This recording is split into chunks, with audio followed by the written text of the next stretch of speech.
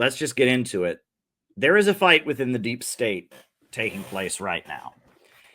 And we must act. We must intervene. And that's what I'm going to talk about tonight in my opening remarks. So, as you all know, a very, very important gathering took place in Alaska. President Trump met with Russian President Putin in Anchorage, Alaska. And that meeting was a huge game changer. It's what the American people voted for. Donald Trump said he would end the war in Ukraine. He said he would do it in 24 hours. He hasn't ended it in 24 hours, but he said he was going to end the war, whereas Kamala Harris promised to continue the war. And Donald Trump won on a platform of saying he would continue to, he would work to end the war, whereas Kamala Harris said she would just keep the war going until Ukraine, quote unquote, won. Donald Trump said he didn't care who won. He wanted the killing to stop. And the meeting that took place in Anchorage, Alaska, points to a lot of great possibilities.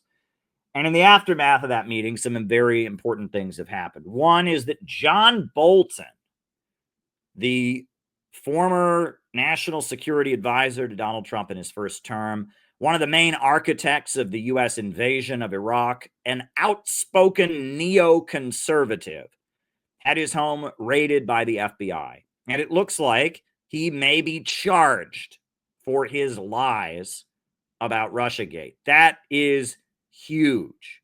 What else happened? Donald Trump, since his meeting in Alaska with Putin, he then met with the president of South Korea at the White House. And at that meeting, he announced that he plans to resume peace talks with North Korea. Now, John Bolton is the guy who wrecked the previous talks with North Korea, you'll remember. He said that that Libyan options were on the table, basically threatening the life of Kim Jong-un. John Bolton sabotaged the talks that happened in the previous administration. And he was arrested, and he's had his home raided, and he could be charged, it looks like. And now Trump has announced he wants to continue talks with North Korea. And now Tulsi Gabbard, who is the hope of this country, the director of national intelligence, she is purging the intelligence agencies.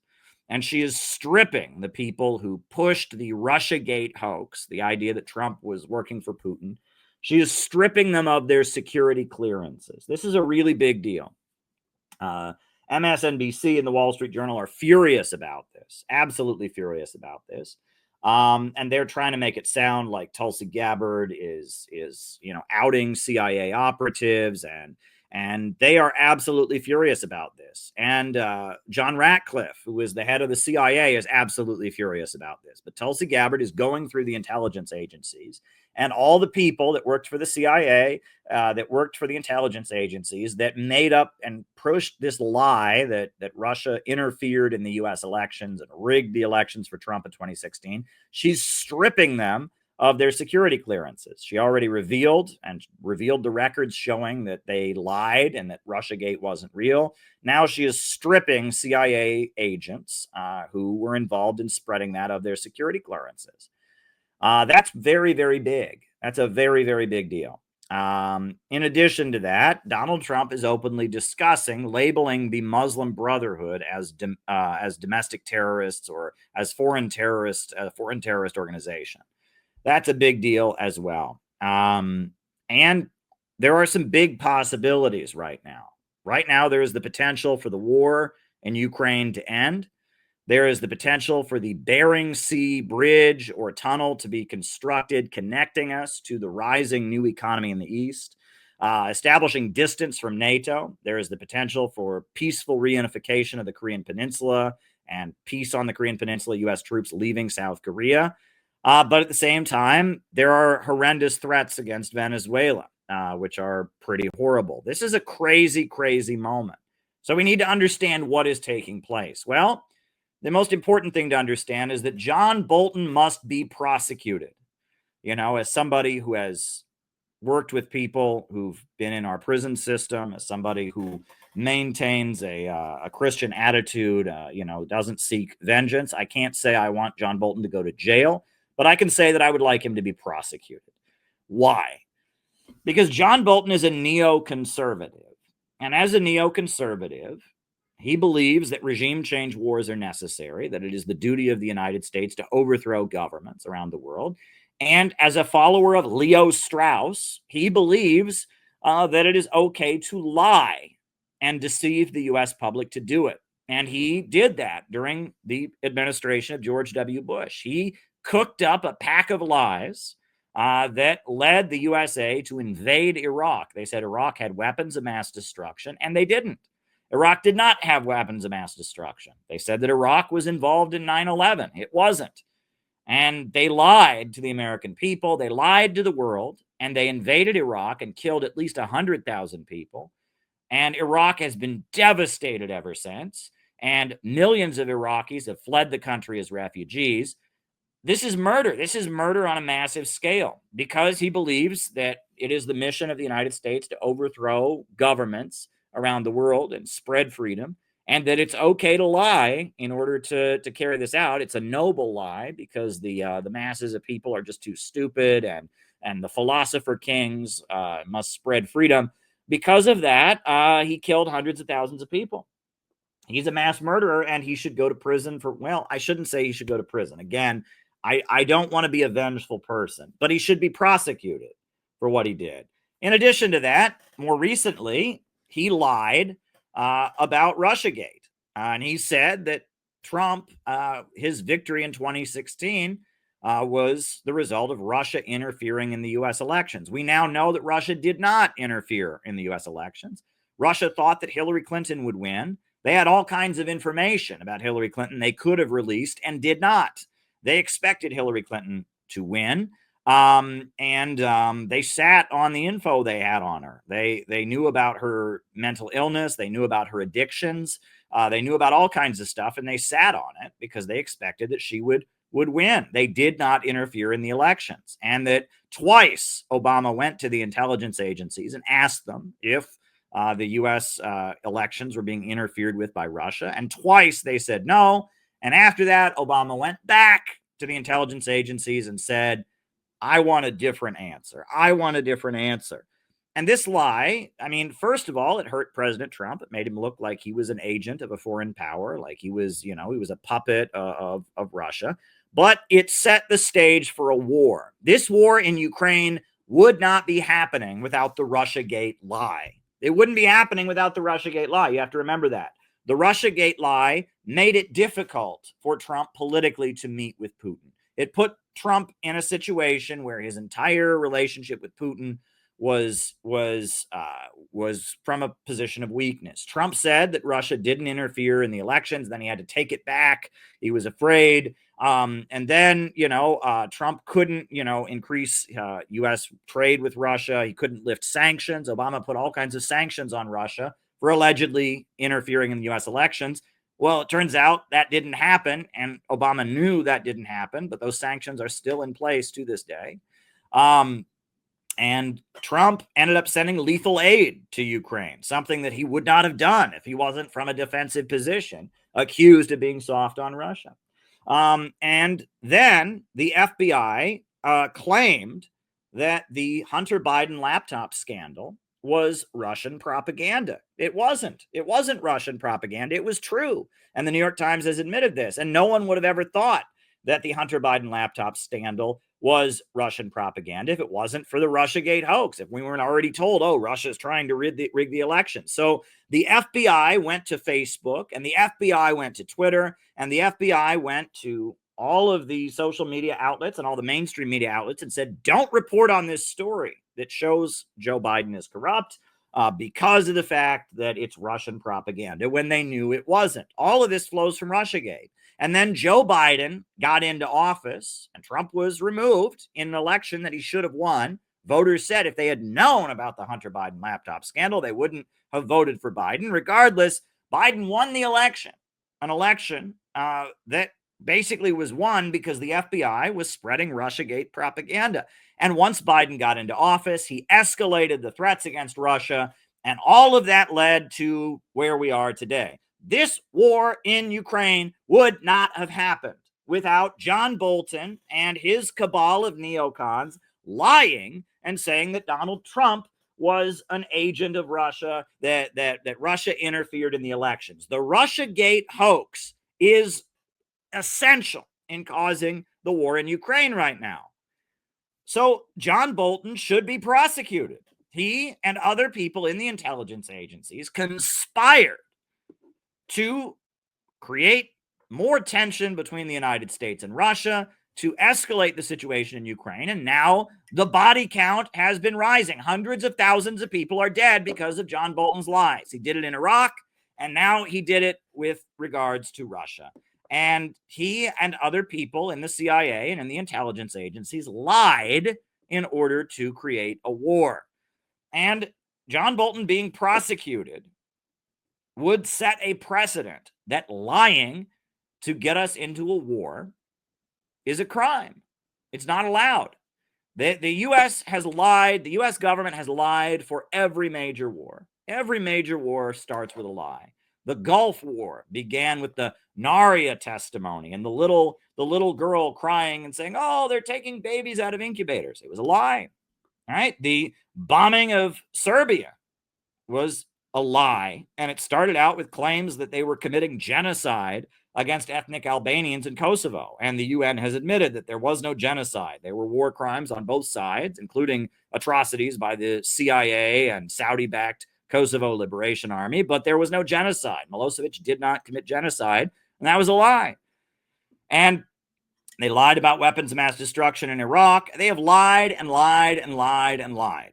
And setting a precedent where someone could actually be charged and prosecuted for telling lies that get us into a war and lead to hundreds of thousands of deaths would be a huge victory for the American Constitution over the intelligence apparatus, the shadow government that rules us, right? The neocons, the Zionists, and the CIA and the intelligence agencies don't think that the Constitution applies to them. They think that in their mission to spread freedom all over the world and overthrow and destabilize governments that get in their way, they can do whatever they want.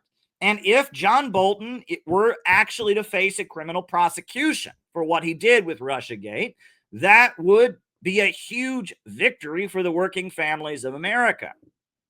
And you need to remember this, that we are in a moment where, Bush lied about weapons of mass destruction, invaded Iraq, and now he's living comfortably on his ranch in Texas and all of this. But this is the first time that I've heard of where somebody who lied to create a war could actually face consequences for doing so.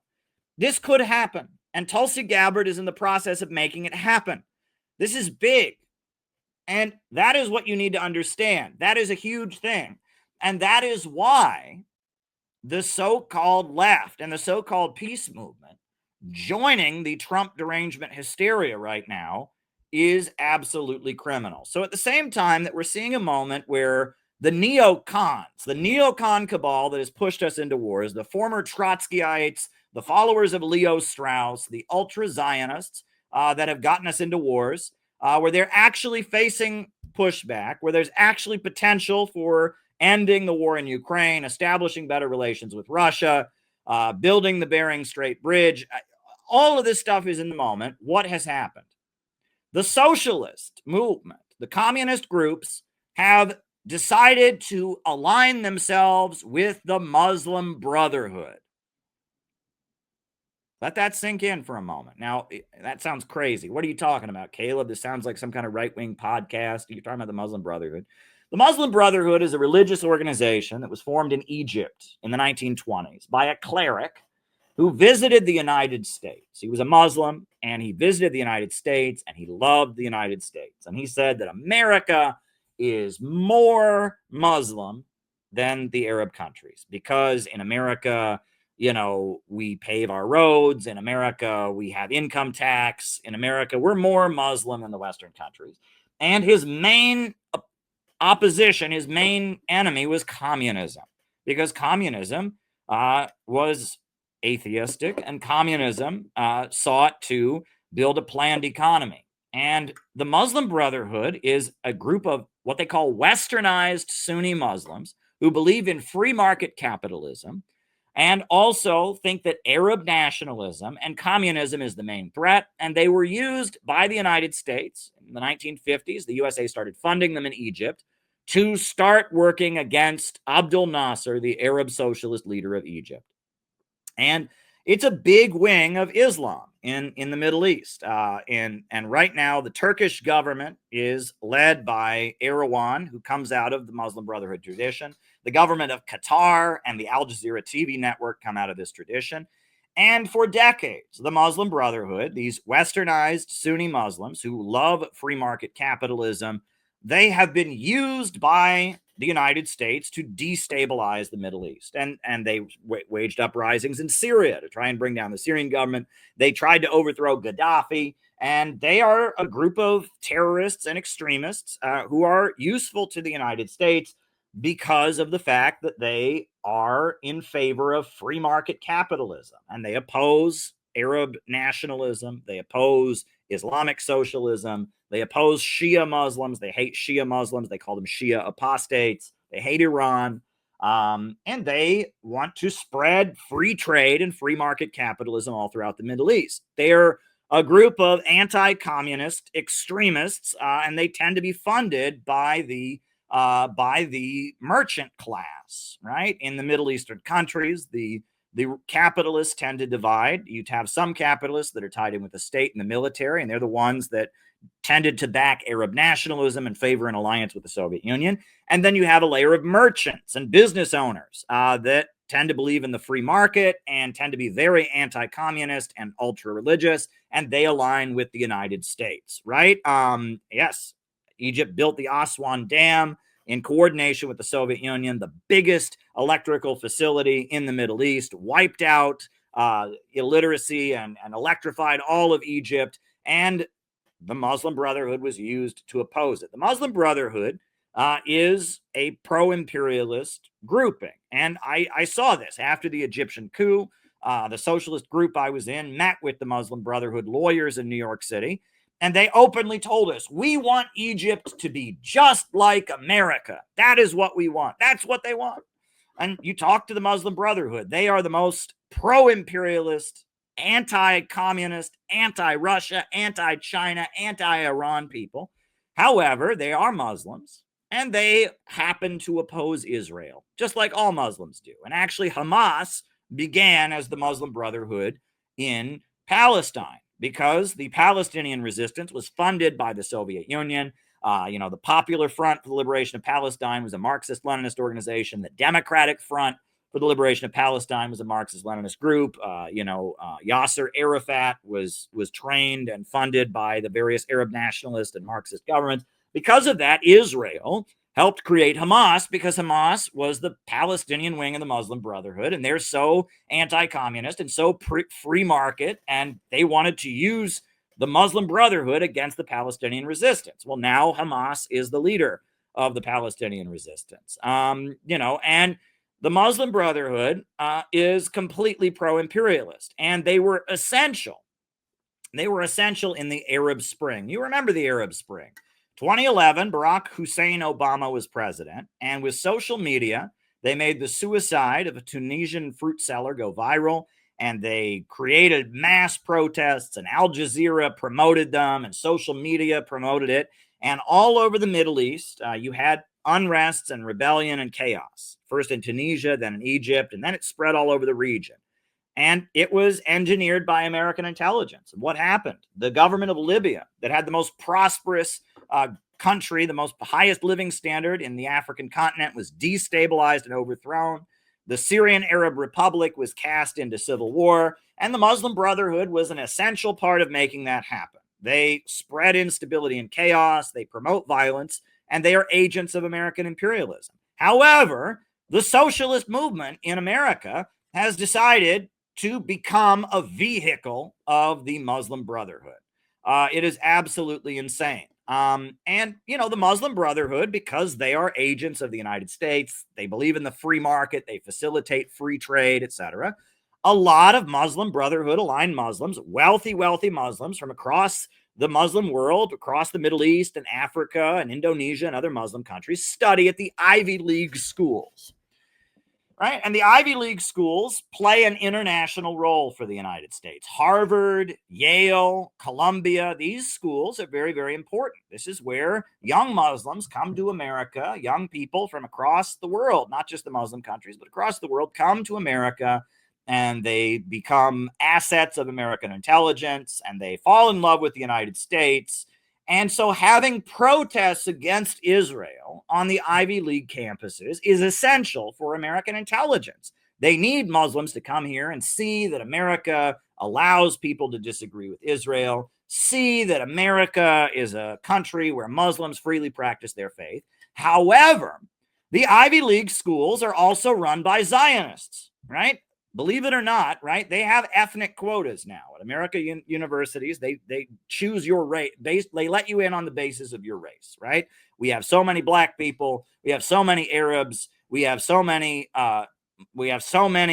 Asians, etc. And the quotas are pretty bad. They tend to decrease. They make it less likely that you'll get into college if you are white and if you're Asian. Asian Americans and white Americans, their chances of being accepted at the Ivy League schools are less because of the quota system.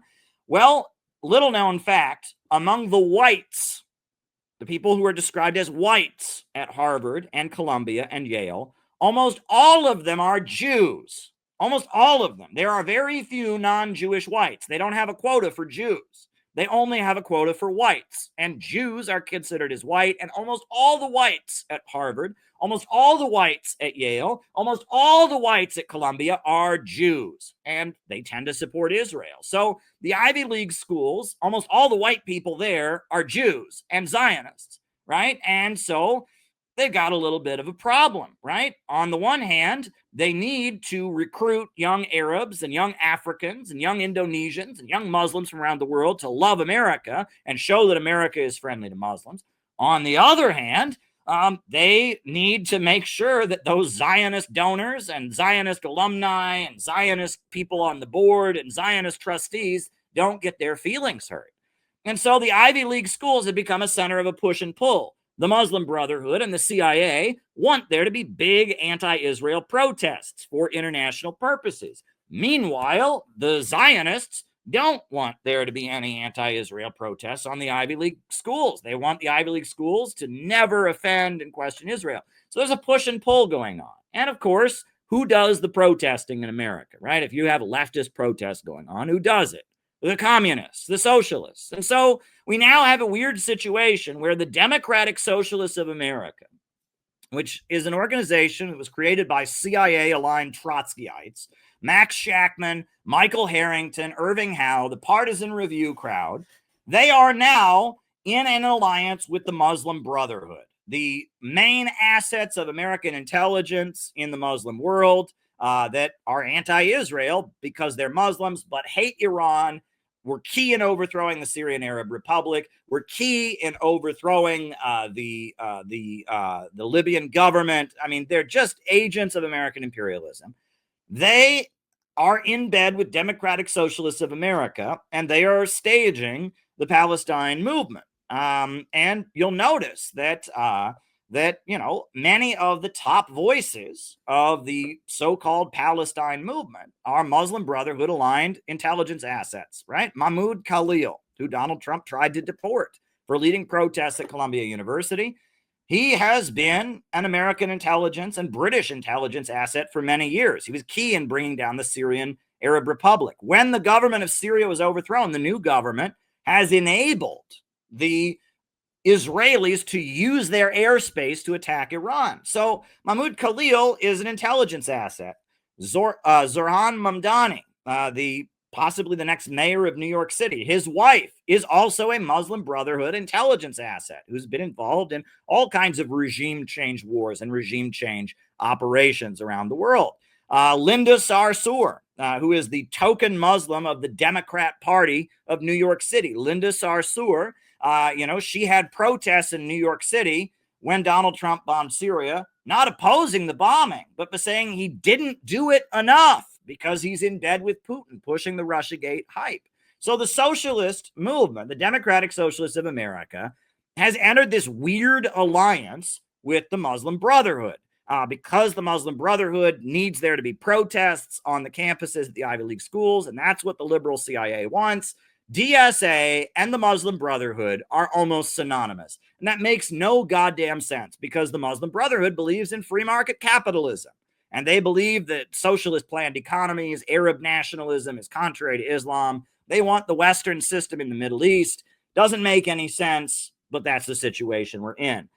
Now, the Party for Socialism and Liberation, the PSL, they play an even more disgusting role because they claim to support the Islamic Republic of Iran. And they claim to support Russia and China and other anti-imperialist countries. Except right now, they see that they can make a lot of money by staging Palestine rallies. And so just this weekend, I was in Detroit, and me and Noah saw that PSL put on a convention in Detroit, the People's Conference for Palestine, that was nothing but a fucking DSA Muslim Brotherhood rally. The speakers were Linda Sarsour and Hassan Piker and all kinds of pro-imperialist Arab Democrats. And, you know, it was basically, I mean, they had Rashida Tlaib there and others. And, you know, we tried to hand out our book supporting Yemen and the Houthis, and they removed us from the event. They would not dare let us hand out a book for free about Yemen. Now, we still got it out at the door. We still got it out around in the parking garage and other places. We blasted that place with books, but they would not allow a book supporting the Yemeni people at their convention. But they rolled out the red carpet for Hassan Piker and Rashida Tlaib and the squad and Linda Sarsour. And this is PSL that claims to support Iran. But they don't because they're opportunists, right? The People's Forum, the Party for Socialism and Liberation, they are claiming to be anti-imperialists, but they are in an alliance with the DSA and with the Muslim Brotherhood. And at this point, they are supporting John Bolton. John Bolton also wants to attack Iran. John Bolton also wants to destabilize the Middle East. So we have all the socialist and communist groups that have joined up with the Muslim Brotherhood. And they are now protecting John Bolton. They are supporting John Bolton. And I mean, it's unbelievable. As Tulsi Gabbard is moving against John Bolton, the very same John Bolton who threatened to put Maduro in Guantanamo Bay, as we finally see the American government moving against John Bolton in the aftermath of the Trump-Russia summit, DSA and PSL are defending John Bolton, and they are joining the Stop Trump hysteria of the Muslim Brotherhood. It is absolutely unbelievable. PSL is supporting John Bolton.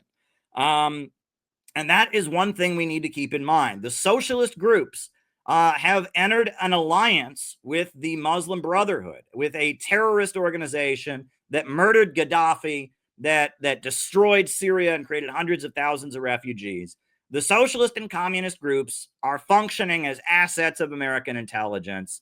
Yes, these are the ones who stripped Aaron Mate of his award for Palestine journalism because of his coverage of Syria. This is unbelievable what we are seeing. So we need to keep this in mind. All the socialist and communist groups are essentially agents of the most anti-communist, pro-imperialist, pro-free market, regime change entity in the Muslim world. You need to keep that in mind. And at this point, they're supporting John Bolton. Okay, so what do we do under these circumstances? This is a crazy moment. Things could go one way or another. What do we do? Well, what they want you to do is they want you to believe that there is nothing that you can do. They want you to just observe. They want you to sit in your house and listen to podcasts and comment on it and make fun of people. They don't want you to believe you can do anything. That's called living biologically, right? They want you to exist as an animal exists. You know, this is really important. Friedrich Engels, one of the founders of Marxism, he wrote, "The animal merely uses its environment and brings about changes in it simply by its presence. Man, by his changes, makes it serve his ends, masters it. And this is the final and essential distinction between man and other animals. And once again, it's labor that brings out this distinction, right? Human beings are not plants. A plant is alive, but a plant doesn't do anything. It just kind of exists.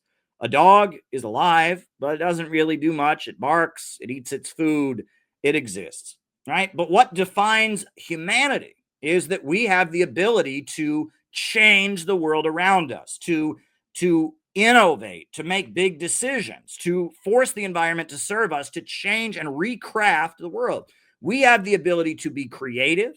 We have the ability to alter our environment. We have the ability to wrangle with big questions. Human beings have a power that no other species has. Human beings are unique in this ability. We can think critically and we can take action. And they don't want us to do that. They want us to exist only in the biological sense, to be alive biologically, just like a weed, just like a rat, just like a cat or a dog, just like, just like a piece of fungus. But they don't want us to actually take initiative. They don't want us to innovate and create.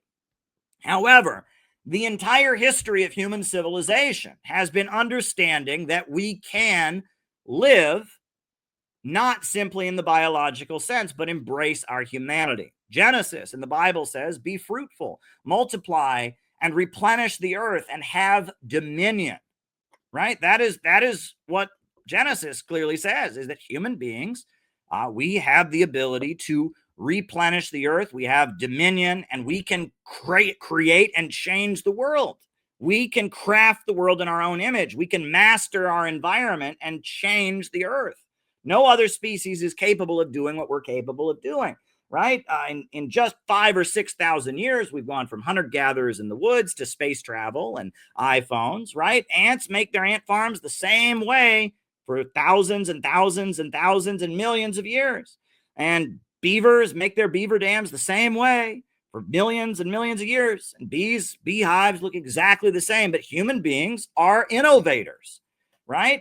We are innovators. We have the ability to create and to change the world, but they don't want us to understand that we have this ability. They want us to take on merely a biological existence. They want us to think that all we can do is sit back and observe, but we have the ability to intervene. But it takes psychological change, because everything in our society is designed to lull you into a sense of powerlessness.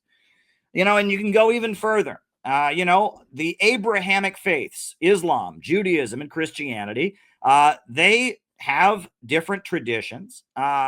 One story is that of Moses, right? Moses, his people were enslaved in Egypt. Now, there's debate about whether it was really Egypt or whatever, but his people were enslaved. And the story goes that Moses encountered a burning bush, and the voice of God came to him through a burning bush. And this burning bush told Moses that he could free his people from slavery. Very, very interesting. Moses, his people were slaves, but a voice coming from a burning bush, the voice of God, told him that he could actually take action and free his people.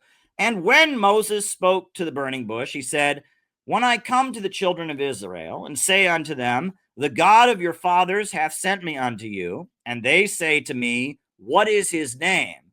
What shall I say unto them? And God said unto Moses, I am that I am. And he said, thus shalt thou say unto the children of Israel, I am hath sent you unto me. Now, what does that mean? I am hath sent you unto me. What in the world? God is saying, I am that I am, and you can say, I am hath sent you unto me. Well, what it's saying is that Moses is being made aware of his own agency. His people are in slavery, but he can take action to free them. He can assert his being. He cannot simply live biologically, but he can force the world around him to change. He can liberate his people. He can come into being. He can exist. He can be. He can am. He can I am. That is the point. God, the very existence of God, is creativity and the ability to reinvent one's environment. He is saying, I am that I am. I am has sent me. God is giving him the permission to come into being. That is what the quote says. That is what it is. It is essentially Moses is being told that he has the ability to assert himself onto history and onto society. He doesn't have to take on merely a biological existence. He can mobilize and free his people from slavery by saying, I am, by asserting his humanity and not simply living biologically. And later, hundreds of years later, thousands of years later, Jesus Christ is in the temple of Jerusalem. And he's arguing with the Pharisees, the religious authorities of his time that are corrupt and holding the people back and enabling the rich to ruthlessly exploit the poor and the corrupt religious authorities. And he's in the temple. And they say to Jesus Christ, you have no authority by which to argue with us. Oh, no, you're not qualified. You're just some guy from Nazareth. We're the priests. We're the Levites. We're the Pharisees. We get to talk about religion. You have no grounds to talk about religion. And what does Jesus Christ say back to them? The Jews said unto him, you are not 50 years old, and you have seen Abraham, right? He has no qualification. You haven't seen Abraham. You're not 50 years old and all this. And what does Jesus say to them? He says, truly, truly, I say to you, before Abraham was, I am. I am. Jesus Christ is saying, I can assert my will. I am. I have chosen a non-biological existence. I can assert my humanity. I can change the world around me. I can innovate. I am empowered, and I am. Right? This is the important thing. This phrase, I am. Right? It represents human agency. God is the creator of all things. And we human beings have creative power that no other species has. What defines humanity is our ability to say, I am, to come into existence in more than simply the biological sense, to assert our creative abilities. This is innovationism. This is our ideology with the Center for Political Innovation. We understand the nature of God. We understand the nature of man. Man is a species that brings about changes in the environment and makes it serve his ends. We imitate the creator. God is the creator, and we are a creative species. And by doing so, right, what did Moses say was the name of God? What was he told? I am that I am. I am has sent you unto me. Before Abraham was, I am. That is the point, right? This is what we can understand. And our enemies, the dark forces that rule this world and run John Bolton, would have you believe there's nothing you can do. There's nothing that you can do. You just have to sit back. No, if we invade Venezuela, nothing you can do, right? Nothing you can do. Well, what is the role of the prophet, of the revolutionary? It is to say, no, I am. I can intervene. I can force the environment to serve me. I can innovate. I can change the world. I can push the world in a better direction. If I see injustice, I can speak against it. I am. I exist. That is the nature of humanity. And that's what we seek to do as the Center for Political Innovation. So right now we see this situation and we are intervening. We are intervening. And this is what makes us so completely different than all these other people who might say similar things to us, but they don't do anything about it. When Donald Trump was in Alaska meeting with Putin, we were in the streets of America with signs that said we support the peace talks, with signs that said thank you, Tulsi Gabbard, and we supported what Trump was doing, right? All the other people just sat on the internet. All the other people that just, there's nothing we can do. We can listen to a podcast. We can argue about it. We said, I am. We're going to be in the streets. We see the potential for a war to end. And so I am. We are. We come into existence. We are going to innovate. What did we do this weekend? The Muslim Brotherhood and the DSA put on their convention to support Palestine. And so we went and we brought thousands of copies of our book, Who Are the Houthis and What Are They Fighting For? And we distributed it in bulk. And they kicked us out. And so we distributed it in the hotels, and we distributed it in the parking garage, and we handed it to people as they were going in the doors. And we got the message out there. We intervened. We said, I am, right? Furthermore, I'll show you all this. I am very proud to tell you all that the latest book by the Center for Political Innovation, our latest book that we just published, Trotsky and the Neoconservatives, exposing where John Bolton came from, where this satanic cabal that has lied and marched us to wars came from. This book that we published about who the neoconservatives are, who it is that Tulsi Gabbard is stripping of the security clearances, who it is that John Bolton works for, who it is that is trying to push us into war with Venezuela, trying to stop the peace talks. We are the #1 book on Amazon in the category of radical political thought. We are at #1. My interview with Kim Iverson about Trotsky and the neoconservatives has been viewed on Rumble over 98,500 times. It has been viewed on this YouTube channel over 3,000 times. It has been viewed on other platforms. Over 100,000 people have watched this, and the book is selling like hotcakes. We are intervening. We have something to tell the American people about who the neocons are, why they come from Trotskyism, why they come from Leo Strauss and Max Shachtman and all these satanic evil people that speak in the name of socialism but really serve globalism. We have a message, and our message is getting out there. We are intervening in the process, right? This is important. And we are saying that you can do the same thing. You can help us carry out the operations, right? And we have rejected fandom as a model of organizing, right? So this stupid conference in Detroit happened this weekend, right? And the stage was run by Rashida Tlaib, who's a Muslim Brotherhood shill who votes to send weapons to Ukraine, and Linda Sarsour and Hassan Piker, who's one of these bread tube fuckheads who's, just a toxic piece of shit. And, we decided to intervene. And what did we do? We brought thousands of books and we intervened. There's another communist group, and we're not communists really, we're innovationists, but there's another group that uses the label of communism, that knows better, that at least claims to support Russia. And what did they do? They showed up. And they walked around and they took pictures of themselves. That's it. They didn't intervene. They didn't challenge the message. They didn't educate. They simply took pictures themselves and said, look at us. We're at the same place as Hassan Piker. Look at us. We're at the same place as people that are famous on the internet. Because they're not a real organization. They're just a fucking fandom. We intervened. We intervened so effectively, they had to drive us out of the conference. We were spreading so much knowledge and so much information, distributing thousands of books, challenging the pro-imperialist, anti-Houthi, anti-Iran message of this conference, that we had to be driven out of there. We intervened.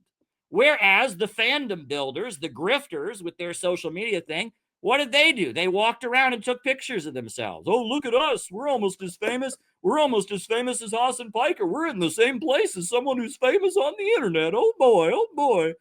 Well, we weren't there to take pictures of ourselves. We were there to challenge the lies, just like we're doing with the Trotsky book, just like we did supporting the peace talks. When the Uhuru movement got raided by the FBI, we mobilized our forces to support the Uhuru movement. And we had events supporting them at the United Nations. And we raised their case in Russia. And we organized and supported them in St. Louis, Missouri. And we organized and supported them all across this country. We are a serious political movement that says we can intervene in the struggle. And these fandom builders, if you watch their material, they have all kinds of wankery online explaining that you can't intervene. Oh, no, you can't intervene. Oh, no, if you intervene, that's cringe. If you intervene, they want to disempower their audience. They just want likes. They just want shares. They just want attention, social media revenue. They don't want to intervene in the process. And that's why when the Uhuru movement got raided, they did nothing for them. Right? They're dumb. They think intervening is somehow Trotskyism. Yes, they make that very argument in their content. Why? Because intervening is risky. They're just building a fandom. We are intervening, and that is the nature of the Center for Political Innovation. And part of our intervening is solidifying against Khrushchevism. Khrushchevism is a big part of how they prevent people from finding their own power, from finding their own agency. I will tell you something that you need to understand, right? And this is where it's going to get a little complex and psychological, but I know that all of you that are watching, you're all very smart people. You can handle this, right? Human beings have natural urges, right? As you go through your life, you have different feelings. You have different feelings that are just natural. One feeling that you have is your sex drive, right? Men and women, we want to fuck, right? And that's libido. And our desire to fuck is linked to our desire for rage, right? We get angry and we like to watch a good boxing match and we like to watch an exciting story where there's conflict. Our desire for aggression and our desire to have sex are linked to each other, and that is called libido. On top of that, if you've ever been a teenager, which I certainly have, believe it or not, I'm 37 years old, but at one point I was a teenager. If you have ever been a teenager, when you're a teenager, you will inevitably hate and be full of anger at your parents at some point. And that's good, because that's what drives you to go out on your own and start your own life. And that is called your Oedipal feelings, your Oedipal desires, right? You, as a young person, you resent your parents' authority, and you resent the authority of your teacher, and you resent the authority of the government, and you want to rebel, right? And that is called Oedipal, and that's a natural, normal feeling. Just like it's natural for you to be, to be attracted somewhat to aggression and excited by aggression, just like it's natural for you to want to fuck, you also at some point want to rebel and overthrow your parents' authority. That's normal and healthy. However, there's another feeling that you have, right? And this is another feeling, which is when you are an infant, you will die if you are not taken care of. And they've actually done experiments. There was a guy named Piaget who did a demented experiment. He had women give birth to babies, and those babies, they were fed, but they were not hugged, they were not cared for, and they all died, right? And a baby needs the care of a parent, or else it will die. It needs parental care. And that desire to have a caring, protective figure care for you and guide you, that is also innate. Human beings need to have the love of a parent. They need the love of a parent. And that natural ingrained connection that a child has with its parents stays with you throughout your life. And that's called parental transference. Why is it that back in the day, nations had kings? Why did they have kings? Well, that was the king held the nation together utilizing parental transference. Why is it that even in the age beyond kings, we always have a head of state? We have somebody who runs the country, a president, a prime minister, a premier. Why? Because they are playing on the parental role. They are the father or the mother of the nation. And in fact, what people vote for tends to be what they want in a parent, right? During the election of Donald Trump, the liberals were saying, oh, all these Trump voters, they want Trump to be their mean daddy. And it was true. And when Barack Obama was running for president, people looked up to him like a father. And, female politicians, right? Hillary Clinton very much tried to play up like that she was a mother. And if you look at successful female politicians, right? There was a president of Chile who was a very successful leader, right? She played up motherly instincts, right? And that what we want in politicians tends to be what we long for in a caring parental figure, right? This is parental transference. And parental transference is just as natural as libido. It's just as natural as the Oedipal drive. It's just a part of the human condition. Just like we have libido, just like we have Oedipal feelings, we also have parental transference. This is just a natural part of our being. So what does all of this have to do with everything I'm talking about? It has a lot to do with it. If you are stripped of parental transference, if there is no one that you can look up to, you are weakened. It damages you, right? It damages you if you have no one to look up to and no one to care for.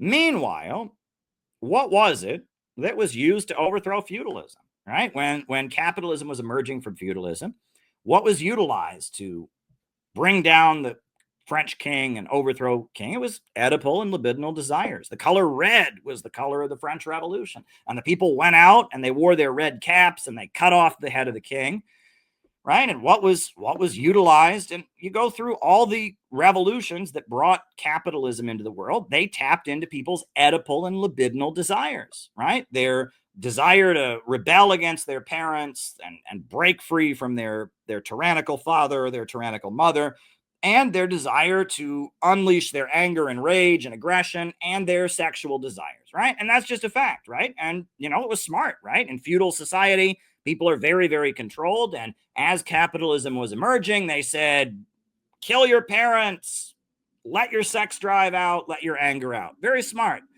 Well, that became what leftism was associated with. Leftism became the ideology or the perspective that emphasized libido and Oedipal drives.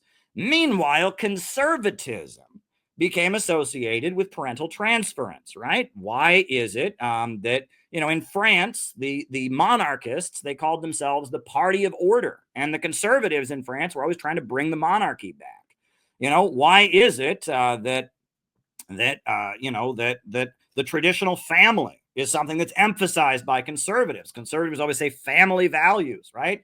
And conservatives tend to appeal to parental transference, whereas the left appeals to Oedipal and libidinal desires, right? All very interesting, except you got to fast forward to the Russian Revolution of 1917. The Russian Revolution is a leftist revolution. The red flags are everywhere. They kill the king, Tsar Nicholas II. They're telling the workers to rise up and overthrow their bosses. There's red flags everywhere.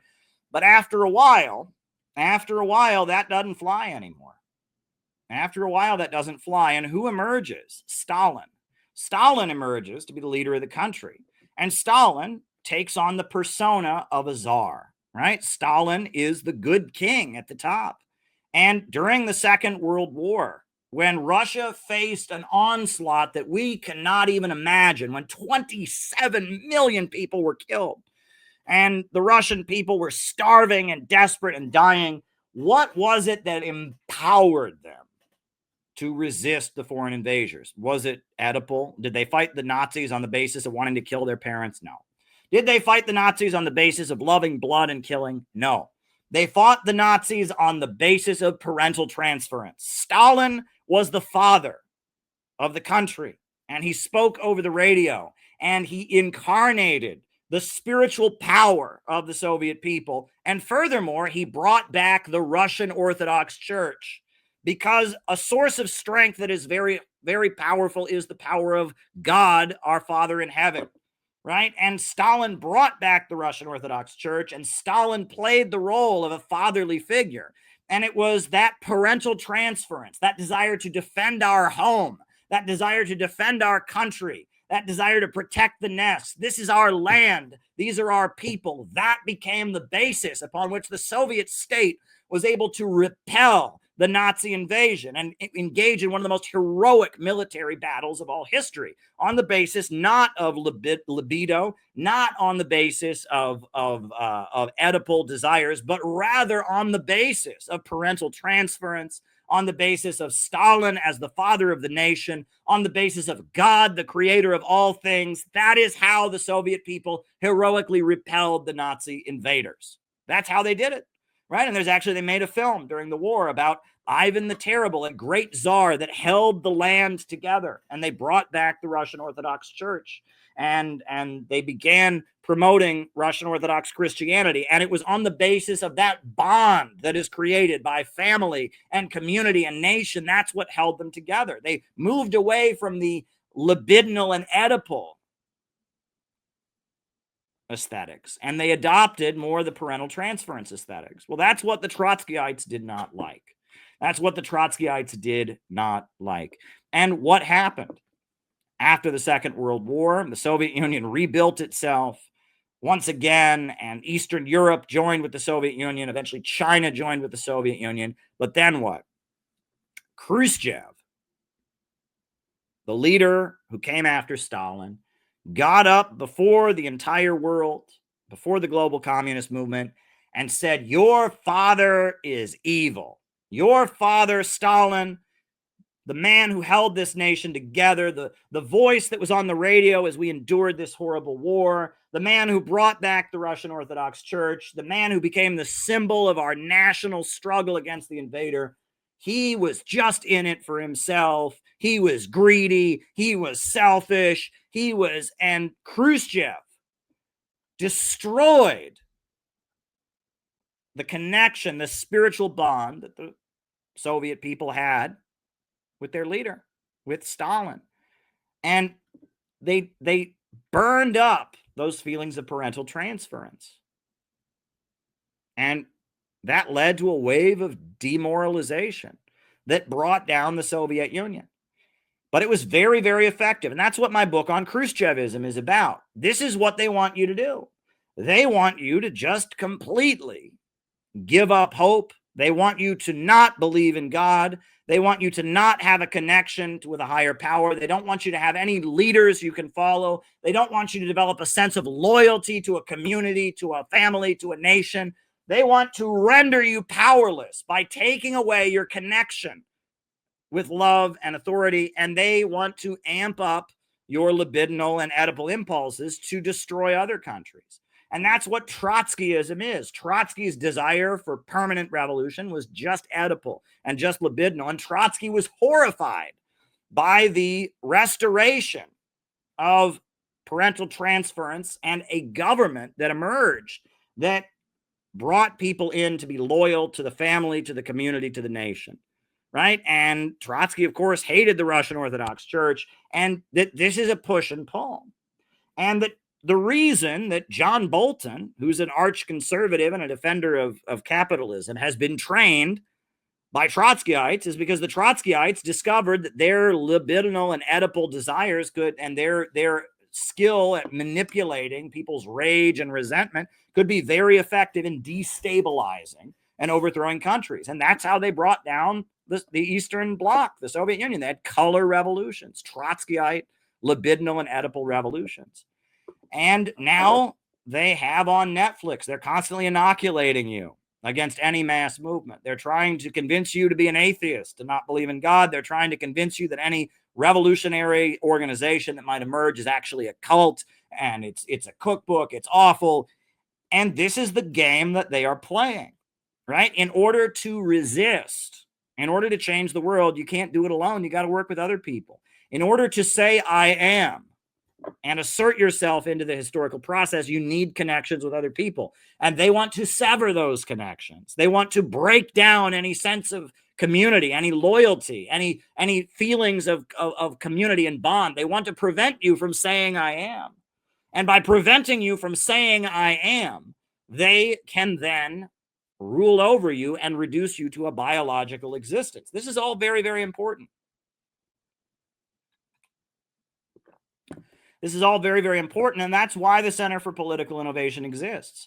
We say that you don't have to live simply biologically, that you can intervene in history, and we seek to empower you to do it, and we seek to build a community through which you can effectively intervene in politics. And right now, there's a huge fight. John Bolton could be prosecuted. There could be peace in Ukraine. And there is a push and pull within the deep state. We have to intervene. If we just sit back and say, oh, whatever is going to happen, happens, we will be failing. We must intervene in the historical process. We must say we will not exist simply in a biological sense. We must say, I am, and I will intervene. I will innovate, and I will try to change the world. I will not be reduced to being an internet fan. I will not be reduced to being just a mere observer. I will try to stop World War III. I will try to stop war against Venezuela. I will intervene in history. And that's what innovationism and our movement aims to empower you to do. We want you to awaken and discover your humanity by becoming an activist, by intervening, by speaking up, by coming into being and advancing the struggle against globalism and imperialism. And that's what we offer you. Take it or leave it.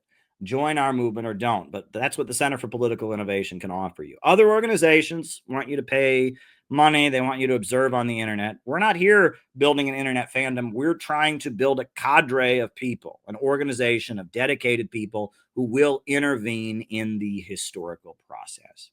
And that's what I have for you tonight. So I hope that people found that to be inspiring.